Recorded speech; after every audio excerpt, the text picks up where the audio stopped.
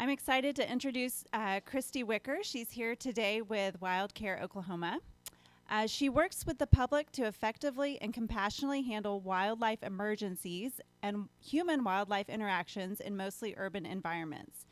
She also conducts most of WildCare Oklahoma's education programs, so we're excited to have her with us today. Originally from Illinois, she earned a bachelor's degree in social work, and she worked in social work for several years and then actually moved to Texas to pursue a graduate degree from Texas A&M, and she received her master's in wildlife and fishery sciences.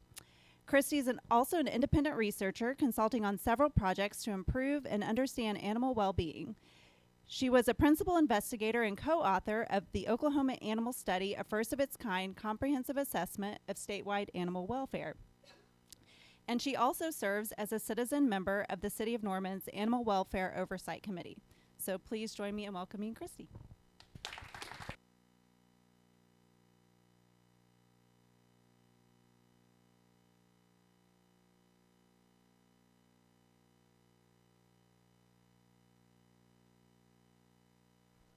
There. Thank you all for having me today. Have any of you ever heard of WildCare before, WildCare Oklahoma? Good. So we're down in Noble, which is right outside Norman, but we really serve the whole state. So we have a wildlife veterinarian full-time. He works as an adjunct faculty member with the vet school up here. So we work quite closely with the vet school. We have vet students that come down and do some research and train under him. And we get animals from up here too. So I probably have way too many slides for what the time we have, so I'm going to kind of swing through them, but if you have questions at any point, please just let me know. So in general, what we're trying to do recently, so wildlife rehabilitation is basically we take in sick, injured, and ill orphaned wildlife and try to get them released back to the wild. And that's kind of the core of what we do, but we're also trying to explore why we do that. Why is that an important thing? For us, sometimes it's hard to explain. Most of us are animal people, so we care about animals. But when we're talking to the public and trying to get them to care about what we're doing too, we also try to recognize what the value is for wildlife. And in Oklahoma, we're one of the most diverse states in terms of habitat. We have a lot of different ecoregions and habitats and biological areas. We have a huge amount of wildlife diversity in our state compared to other states. So we're in the central migration zone, so we get birds that pass through here every year, twice a year. We also have we have badgers. It's not just all possums and raccoons and skunks. We have some really unique species here. And then as we're building out into these areas, we like to live in the rural areas. We like to be surrounded by nature, which is also, when we move there, we want to be in nature, we find comfort there. But we're also moving into these neighborhoods that already have raccoons and possums and skunks and all kinds of things. So the interface between people and wildlife is just increasing constantly. And so our goal is to try to help balance some of that to make a place for all of us. Because we know that wildlife and nature enriches all of our lives. So originally, we started in 1984. So WildCare has been around a long time. We started in our founder's front porch and garage. When I started volunteering there in 2010, we did all our admissions on her sun porch. And then we did all our animal care in her 3-car garage. Since then, we've built a new center. We've taken in a lot more animals over time. And then once our director and founder retired, we had a new director, and she's like, you guys do so much more than just take care of animals. We do a lot more than just feeding squirrels. We're out there educating people. We're trying to help mitigate some conflicts. So if people have a raccoon in their attic, they don't always know who to call. Sometimes, there are companies that will come and trap and relocate, but a lot of times those are very expensive services, or people don't necessarily want the raccoon to be trapped and relocated. They just want it out of their attic. And so we do a lot of kind of mitigation that way, try these things to get the raccoon to move on. And that way, it's all part of that coexistence mission that I mentioned. And then we also have our core, which is the rehabilitation. And then we also have tried to start advocating on behalf of wildlife too. There's not a lot of advocating and kind of saying that there's a value of having wildlife beyond, hunting and fishing. And so, there's a lot of birders out there that want information as well. So we're kind of trying to expand our mission a little bit. So the core of what we do, our basic rehabilitation process, is we rescue wildlife, rehabilitate, and then we release them back to the wild. That's our goal.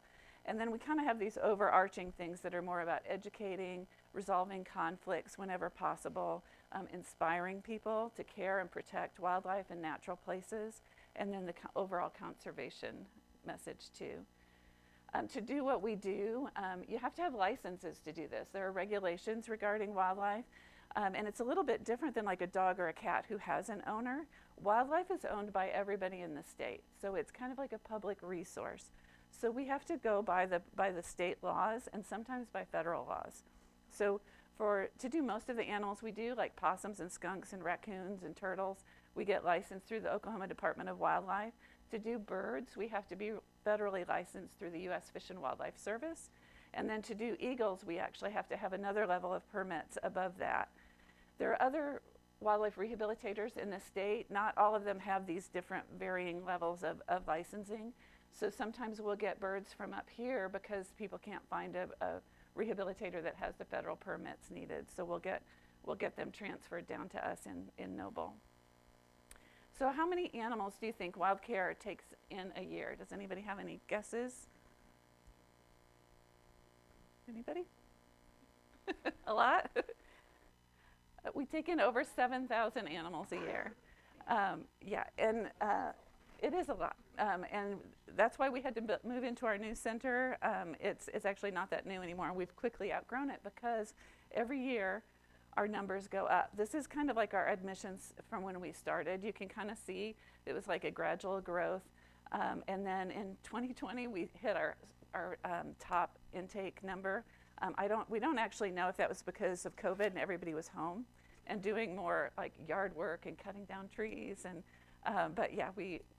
it was a challenging year for us as well, but we did remain open the whole time. So with those kind of numbers and those kind of intakes, WildCare is actually, we're the largest rehabilitation center in Oklahoma, but we're actually in the top 10 in the whole country, which is really kind of startling to me, being like in Noble. I don't know if you've ever been to Noble, not a big place, but here we've got this top rehabilitation center in the whole country. We also operate on about a third of the budget of some of the bigger centers. As you can imagine, some of the bigger centers are like in Florida, California, and there's the big Raptor Center in Minnesota. But we do a lot with the money that we have.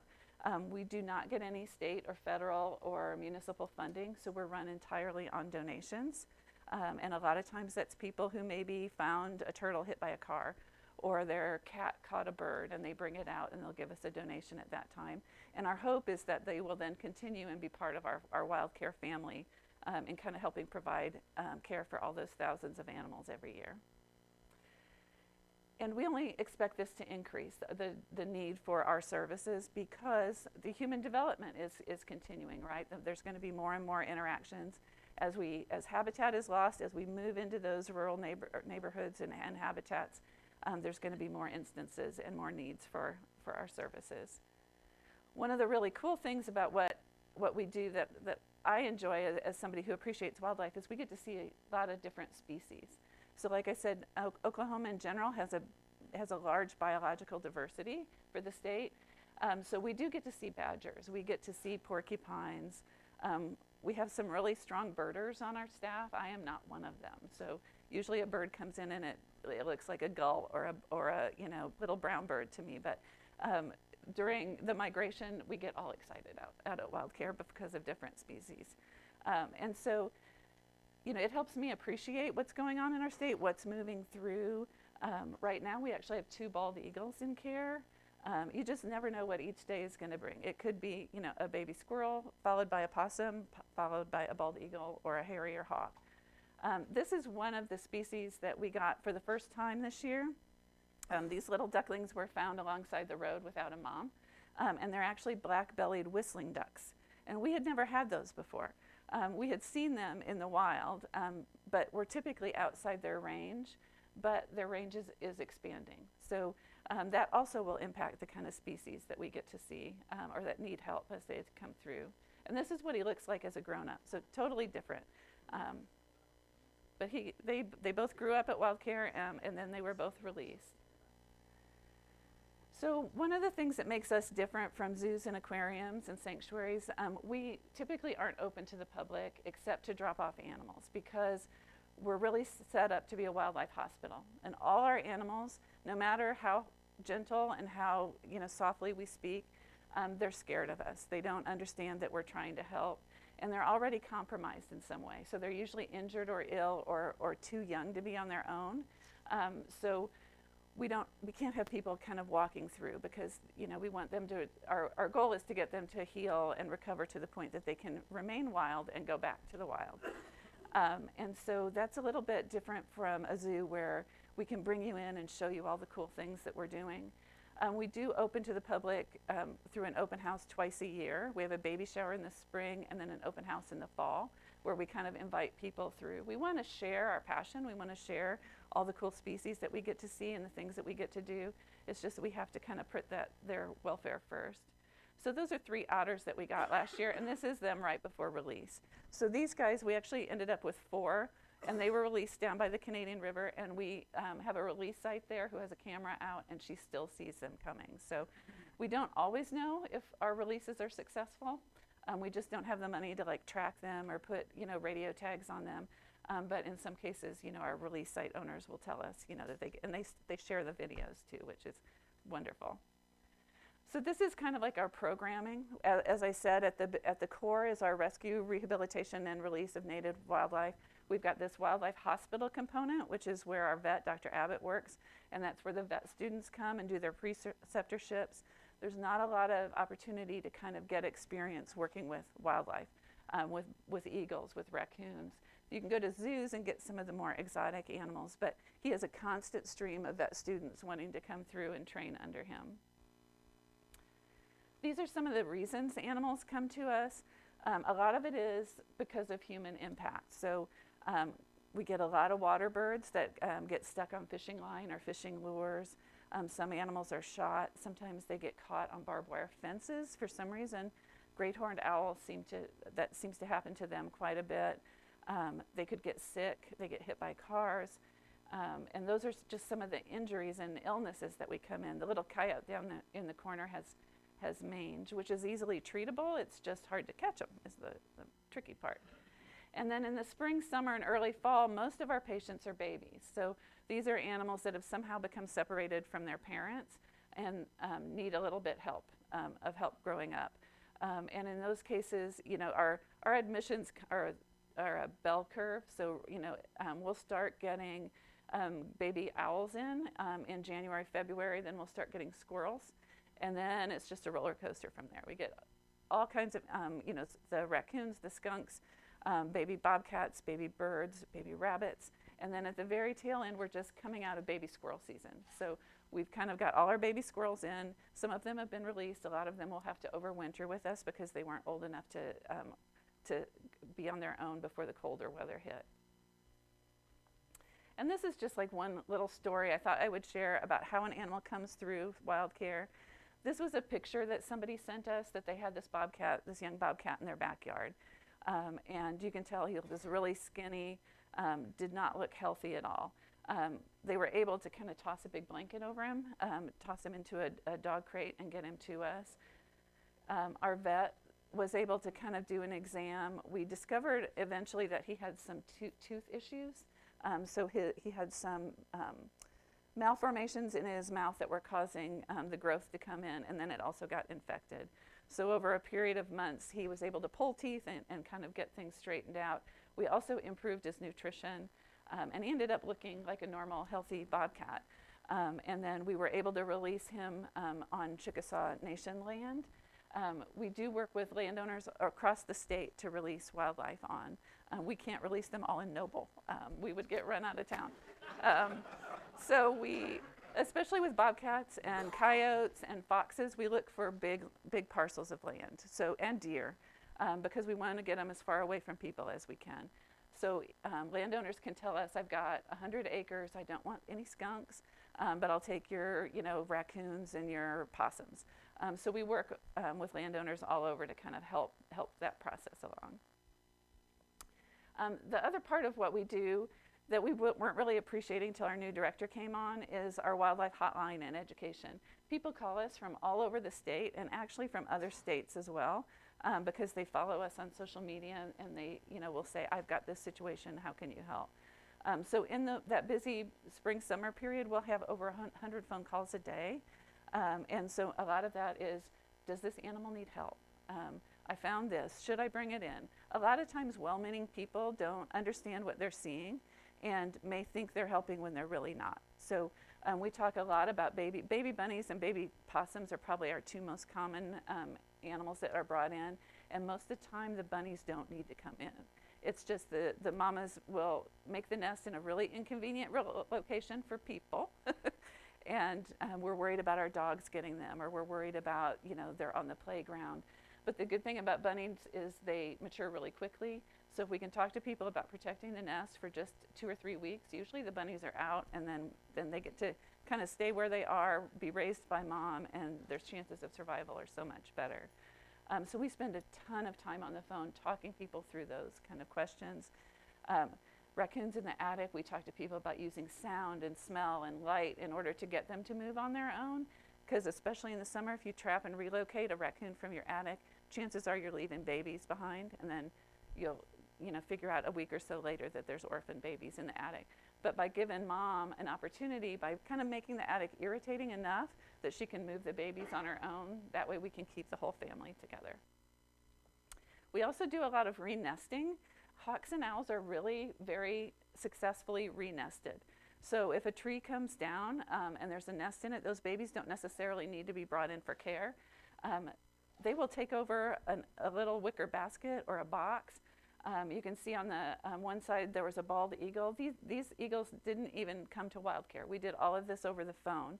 We're able to determine that the babies weren't injured. They built a box, they put it up where the tree was, and within an hour the bald eagle had returned to the nest. And great horned owls and barred owls will do the same. So that's all stuff we can do over the phone and keep animals from coming through. We also do a lot about trying to educate people. There's a lot of bad information on the internet about what to feed babies. You would not believe the things that we have had babies come in being fed. Things with egg yolk and eggshell and whipped cream and half and all kinds of just weird combinations. And it's all, it's all on the internet, but it's all incorrect. So part of our success has been that we work with quality nutrition. So we buy specially formulated powdered formulas for every mammal. So the squirrel formula is different than the skunk formula, and that's different than the possum formula, which is different than the bunny formula. And we also send all our staff to training every year to learn what the latest techniques were, so that they don't come in like this guy, which they get aspirated. Squirrels get aspirated very easy. They get fluid in their lungs. And then when they start looking bad, that's when people kind of get scared and bring them to us. And it's an uphill battle from here. So if we can get them before they get to this point, then we're much more successful. This is something we've just now started talking about. We were keeping it on the down low for a while because we didn't really want to be known for this or be a resource for it. But it turns out that there's not a lot of places to send animals that are confiscated for being held illegally or are confiscated due to neglect or cruelty. So these were animals that came to us from a roadside zoo in Norman, and they got shut down because of animal cruelty. But if you can imagine, the Norman Animal Shelter was not prepared to take care of giant tortoises and kangaroos and foxes. And so we ended up taking these animals. Those are actually African singing dogs that down there in the corner, and then an Egyptian fennec fox. We got these Aldabra tortoises, which are like Galapagos size. It was bizarre for us to have that kind of species here. But we also recognized that they weren't going to do well at the dog and cat shelter either. And so this is an area where we also serve our community and our state that, like I said, we weren't really talking too much about before. But even now we've got a marbled fox, which is like this one. It's a different one that was found just out in the country. It had dug a den and not an animal that should be out there. This little guy, though, we were able We had him for quite a while, almost a year and a half. And we worked with zoos and sanctuaries all across the country to get these animals a placement. We wanted to make sure that the next place they went was the last place that they went, that it was a good home for them. So this little Arctic fox, who was kind of all beat up and his fur was all coming out, eventually ended up at the Point Defiance Zoo in Washington State. And they renamed him Sven, and you can see he filled out beautifully. Now he's a beautiful, happy fox. And then we also do a lot of advocacy, and that's a lot because of our director as well. She's very proactive in terms of advocating for wildlife and wildlife habitats. One of the things that we have just recently been involved in is the turnpike, which was slated to go right in front of our facility, or a half a mile from our facility, and impact the habitat around the lake. And so we had to make a decision. We can't really lobby, but we can advocate and we can educate about the impact that that kind of large construction project was going to have on habitat and animal movements. It had essentially kind of cordoned off Lake Thunderbird altogether, so that wildlife could not get there without crossing major roads and turnpikes. So this is a release we did just last year, or I think actually earlier this year. We were able to release 3 red fox kits that had came to us as little. A lot of times people want to know how to help, how they can help wildlife and WildCare. One of the things is, just talking to people about WildCare. We have a very strong social media presence. We're open every single day, so it doesn't matter if it's Thanksgiving or Christmas. We're there every day from 9 until 7. We have a person that actually answers the phone, not a recording. We take Facebook messages, we take emails, we take calls. We want to be a resource for people who have questions about wildlife. Also advocating for wildlife and wild places. We have volunteers. In fact, people are kind of one of the most important things and make it all work. And then, as I said, we're run on donations, so we always appreciate donations as well. These are just some of the groups that help us. There are different ways to help. We have a board of directors of 20. If anybody's interested, we are expanding our board always. We have animal care, people, staff, volunteers, release sites. We do events. We have need help in all of these different areas. And this is a great horned owl that we released this year. Just real quickly, I know we're probably getting close on time. So one of the things that we're realizing is, since we've been doing this since 1984, a lot of our enclosures are 20 years old or more. And so WildCare is one of the largest raptor rehabilitation centers in the whole central United States. So we get eagles, hawks, falcons, kites, owls, and our raptor enclosures have really been causing problems just due to their age and their condition. This is a Mississippi kite. You guys, we get more Mississippi kites at WildCare and in Oklahoma than almost anywhere else in the whole country. So they come to us when they're little, as that little white guy down in the corner. When they get older, they kind of get that brown mottled pattern. And then the adult is what most people are used to seeing. You'll hear they have a very distinctive call. You'll hear them call, but they're also famous for dive bombing people. So they're very protective parents. So during August, we spend a lot of time on the phone trying to help people, like, just be patient, because their babies always do better if they can raise them. They have to be ready for migration by September. So there's a very short window that we have to get them out. So if we can keep them with their parents, it's even better. But yeah, they're a challenging bird in a lot of ways. But they're beautiful. And this is just their migration zone or path. So you can see they travel a long distance to arrive in Oklahoma. And we want to make sure that Oklahoma is a safe spot for them as well, since we're kind of that northernmost tip of where they're traveling to. And then they're gone, and then they don't dive bomb us anymore. This is a barred owl. When I was talking about our enclosures, this is what our current older enclosures look like. We did this netting way back when, because we thought it would be better for them, that they could still see outside, they would feel more comfortable. But what happens is, when they get spooked, they fly into that netting and they get their talons caught, and they damage their wings, and we have to climb up on ladders and cut them down. So our next big push this next year is going to build the Oklahoma Raptor Center. It's going to be a capital campaign. We've never really tried anything like this before, but we've worked with aviaries at the Citizen Potawatomi Nation and Gray Snow Eagle House to look at how their aviaries are designed, how they can give animals privacy. There's actually, the netting is a terrible idea, but they actually do better when there's wood because they can see it and they don't fly into it. And we've got these different mews. We have to plan for eagles. We get bald eagles and golden eagles in, so we have to be sure we have big enough enclosures for them. Kirkpatrick Foundation in Oklahoma City gave us a grant to work with a developer or a designer who worked with other rehab centers and animal shelters. And they're out of Houston, and they designed the new Oklahoma Raptor Center for us. So our hope is that within the next, like I said, we're just starting this next year, but we may get to the point where we can kind of look to building that. We also need aquatic mammal enclosures. We get otters and beavers every single year, and so those are always challenging. Our pond environments are always hard because we don't have the funding to do it like a zoo would with all the professional equipment. So when we're trying to use pool pumps and all kinds of stuff, it's just not set up to kind of handle a beaver. So we always are struggling with that. And then we also get predators, and we only expect that to grow. Like we just had a black bear in Norman this year. We're not set up for a black bear. We don't want a black bear. We have had a mountain lion in the past, but it was a kit. It was a little one. It was not a big one. But we're trying to plan for the future. Our bobcats and coyotes are challenging enough. But like I said, we also know that as the pressures on those other wildlife species increase, we're going to have to plan for it as well. And then this is when we just finished. So we had the same problems in our songbird enclosures, which don't have to be nearly as big as our eagle enclosures, but we had that same netting issue.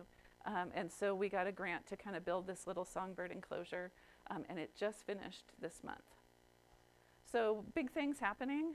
We're trying to kind of plan for growth and also plan to take better care of the animals that we have. These are just a few of the patients that we currently have. So we had a pileated woodpecker, which is pretty rare, come in. We had a bald eagle come in, and then a week later we had another bald eagle. So now all of a sudden we have two. We get flying squirrels. We've got foxes. We get amphibians too. We get snakes, turtles, toads, and frogs. And then finally, this is just different ways to reach us or find out more about us. We're pretty active on our Facebook page. We're kind of old school. We have a younger staff that's trying to get us on TikTok and Instagram, but that's not me. That's not what I do. So we post on Facebook almost every day. And we also have a lot of resources on our website too. So if you aren't ready to call us, but you have a question about a squirrel, there's a tab on there that says Wildlife Emergencies, and you click it. It says Help, I Found a Squirrel, and you click on that, and it's this whole PDF you can look at and say, does it have fur? Does it not have fur? Has it been caught by a cat? Kind of walks you through all of that. So, but you're always welcome to call us too if you have questions, even if it's in a different part of the state. Does anybody have any questions or, yeah? What do you do with animals that you Okay, what do you do with animals that you decide are not rehabilitatable and they can't be turned loose?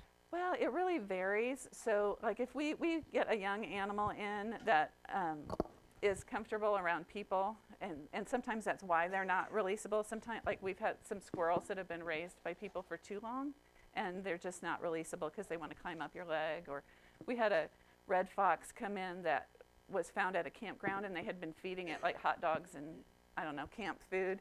And once she got to us, we got her health up, but she was just totally, like she would rub on your leg. So in that case, we looked for a placement, a sanctuary placement. But those are hard to come by. And so, but if we get an animal like an adult owl in that maybe has a broken wing that we can't save, we do humanely euthanize. We just don't think it's fair to take an adult owl that's frightened of people and put it in a cage where people are going to walk by and stare at it.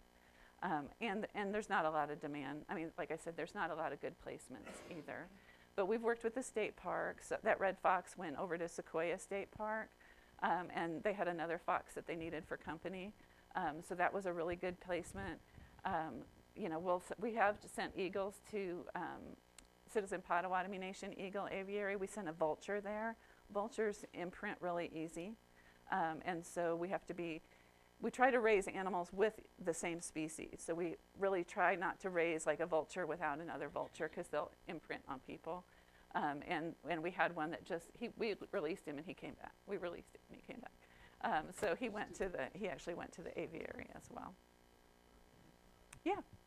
Two questions. On the raptor rehab center that you want to build, where's that going to be and what's it going to cost? We're still working out the cost of it, but it is actually on our facility. So we have about 40 acres that we sit on, maybe 30.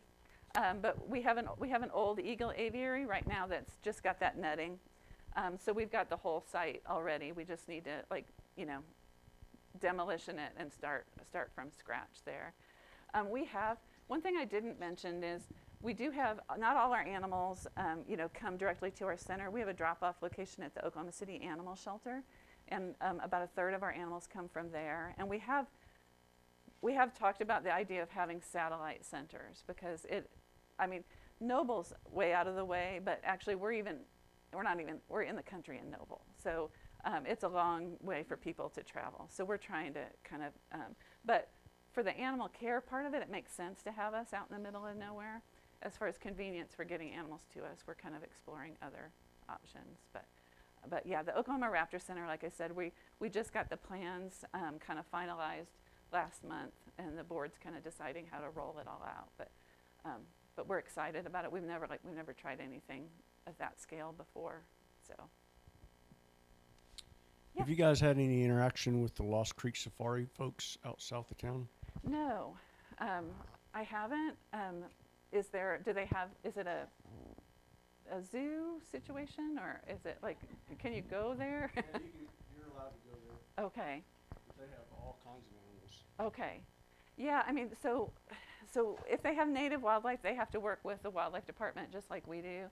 So a lot of places that will have like a petting zoo, they'll have animals that aren't native here because the regulations are a little bit different. But like if you wanted to have a fox or a coyote or a possum, you have to go through your game warden just like we do. And some game wardens are more willing to give those permits than others. But one more, Larry. A lot of us in this room have had trouble with armadillos. I would like your take on this problem that we've all had, or many of us, with armadillos in the yard, digging it up and going after. What kinds of approaches do you take to issues like that? well, armadillos are hard because they're really primitive. So they don't care about sound so much. They don't care about light. They're just like really focused on what they're trying to eat. And so what we've done by creating our nice yards and sprinklers is we've made nice soil that has nice grubs in it. And so as long as the grubs are there, the armadillos come and dig them up. And the skunks will do that too. They'll just kind of go in a row. You can try to trap armadillos, but like I said, they're even hard to trap because they're just nose to the ground, dig, dig, dig, dig. So we have had some people use like a funnel system to try to like get them into the trap that way. But long term, the best option is to try to get the grubs out of your yard. And it's not an immediate fix. So there's like these beneficial nematodes that you can sprinkle on your yard that affect the grubs to keep them from kind of developing in your yard. Long term, that seems to work. But it's not very helpful when you're dealing with an armadillo right at that moment. But they're there for the grubs. And so that's with any animal, we try to figure out what they're coming from or what they're coming for. Usually it's food or shelter. So, you know, we talk to people about putting barriers up under their around the base of their shed to keep, you know, skunks out or possums out. You know, just trying to figure out what they're there for and then mitigate that part. So armadillos are hard because it's grubs, and those are hard, not like a quick solution, unfortunately. All right. Thanks. Thank you.